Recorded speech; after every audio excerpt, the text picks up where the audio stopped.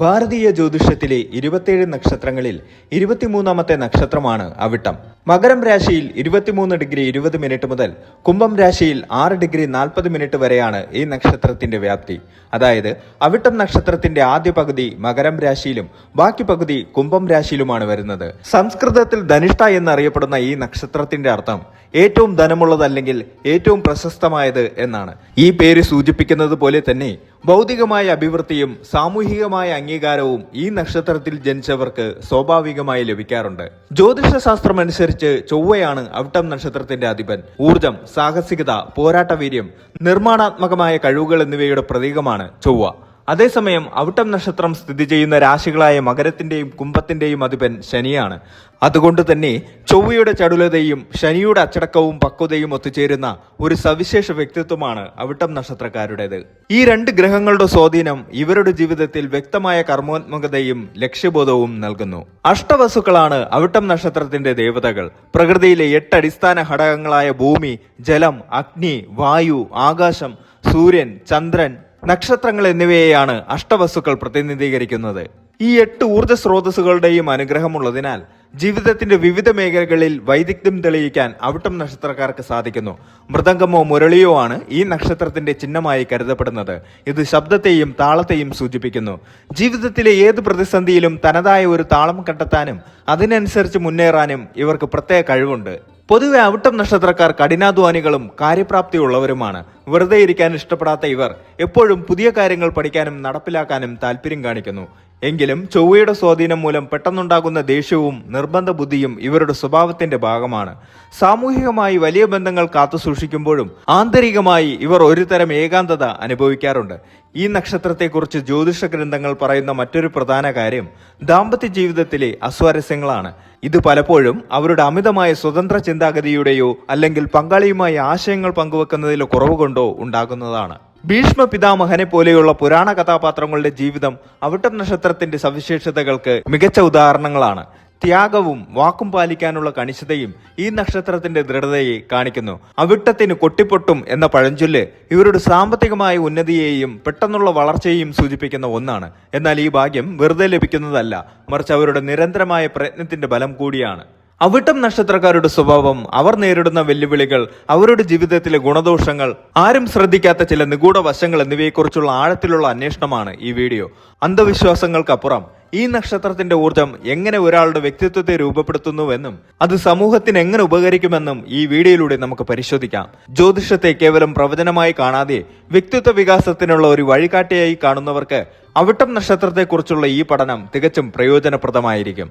ഈ നക്ഷത്രത്തിന്റെ 2 പാദങ്ങളും നൽകുന്ന വ്യത്യസ്തമായ ഫലങ്ങളും തൊഴിൽ, കുടുംബ മേഖലകളിൽ ഇവർ ശ്രദ്ധിക്കേണ്ട കാര്യങ്ങളും വിശദമായി തന്നെ പ്രതിപാദിക്കുന്നു. ഭാരതീയ ജ്യോതിഷത്തിലെ 27 നക്ഷത്രങ്ങളിൽ 23ാമത്തെ നക്ഷത്രമാണ് അവിട്ടം. സംസ്കൃതത്തിൽ ഇതിനെ ധനിഷ്ഠ എന്ന് വിളിക്കുന്നു. ഏറ്റവും സമ്പന്നമായതല്ലെങ്കിൽ ഏറ്റവും വേഗതയുള്ളതെന്നാണ് ഈ വാക്കിന്റെ അർത്ഥം. ആകാശത്ത് ഒരു മൃദംഗത്തിന്റെയോ ഉടുക്കിന്റെയോ ആകൃതിയിൽ കാണപ്പെടുന്ന ഈ നക്ഷത്ര സമൂഹം കാലപുരുഷന്റെ മുട്ടുകളെ പ്രതിനിധീകരിക്കുന്നു. മകരം രാശിയിൽ പകുതിയും കുംഭം രാശിയിൽ പകുതിയുമായി വ്യാപിച്ചു കിടക്കുന്ന അവിട്ടം ചൊവ്വയുടെ ആധിപത്യത്തിലുള്ള നക്ഷത്രമാണ്. അവിട്ടം നക്ഷത്രത്തെക്കുറിച്ച് പറയുമ്പോൾ ഒഴിച്ചുകൂടാനാവാത്ത പേരാണ് മഹാഭാരതത്തിലെ ഭീഷ്മരുടേത്.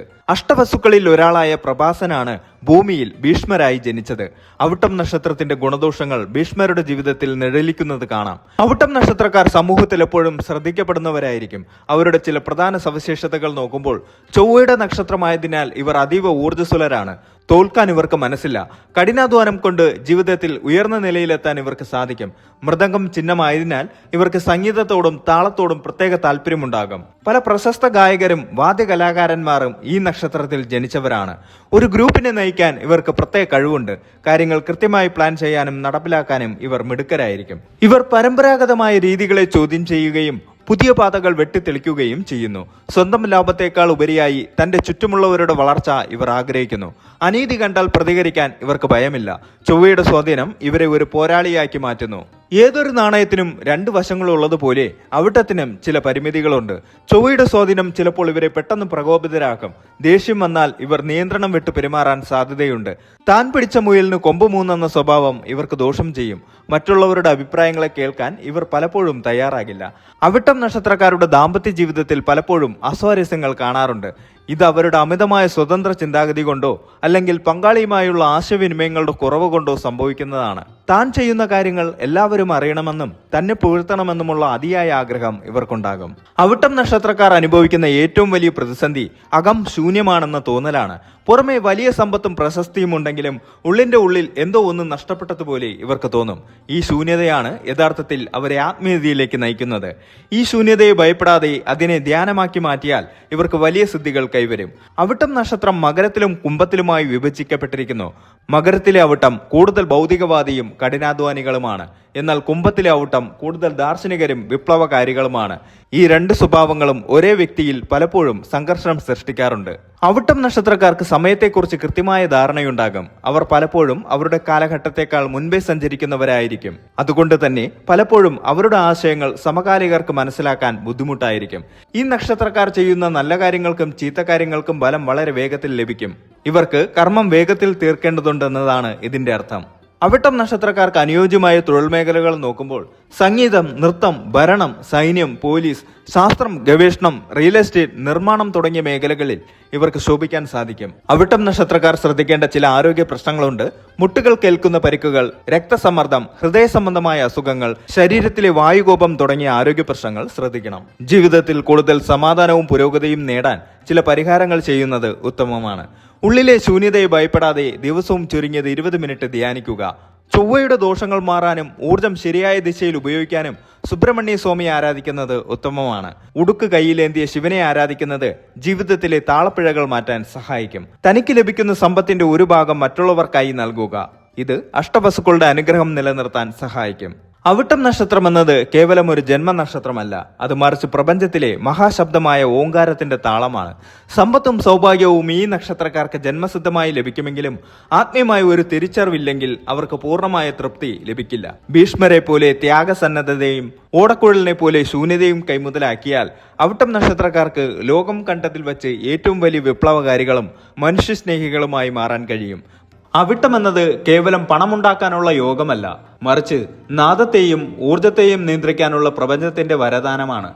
സ്വർണം പോലെ ഉരുകി തിളക്കം വെക്കുന്ന സ്വഭാവമാണ് ഇവരുടേത്. ഇവർ അനുഭവിക്കുന്ന ഓരോ കഷ്ടപ്പാടും അവരെ കൂടുതൽ തിളക്കമുള്ളവരാക്കി മാറ്റുന്നു. സമ്പത്ത്, പ്രശസ്തി, അധികാരം എന്നിവയെല്ലാം ഈ നക്ഷത്രക്കാർക്ക് കയ്യെത്തും ദൂരത്തുണ്ടാകും. എന്നാൽ അവയെല്ലാം അനുഭവിക്കണമെങ്കിൽ ഇവർ സ്വന്തം മനസ്സിനെ നിയന്ത്രിക്കാനും മറ്റുള്ളവരോട് വിട്ടുവീഴ്ച ചെയ്യാനും പഠിക്കണം. പ്രപഞ്ചത്തിന്റെ താളത്തിനൊപ്പം നൃത്തം ചെയ്യാൻ ജനിച്ചവരാണ് നിങ്ങൾ. ആ താളം കണ്ടെത്തുന്നിടത്താണ് നിങ്ങളുടെ ജീവിതത്തിന്റെ വിജയം ഒളിഞ്ഞിരിക്കുന്നത്. നിങ്ങളുടെ ഉള്ളിലെ സംഗീതം ലോകത്തിന് കേൾപ്പിച്ചു കൊടുക്കുക.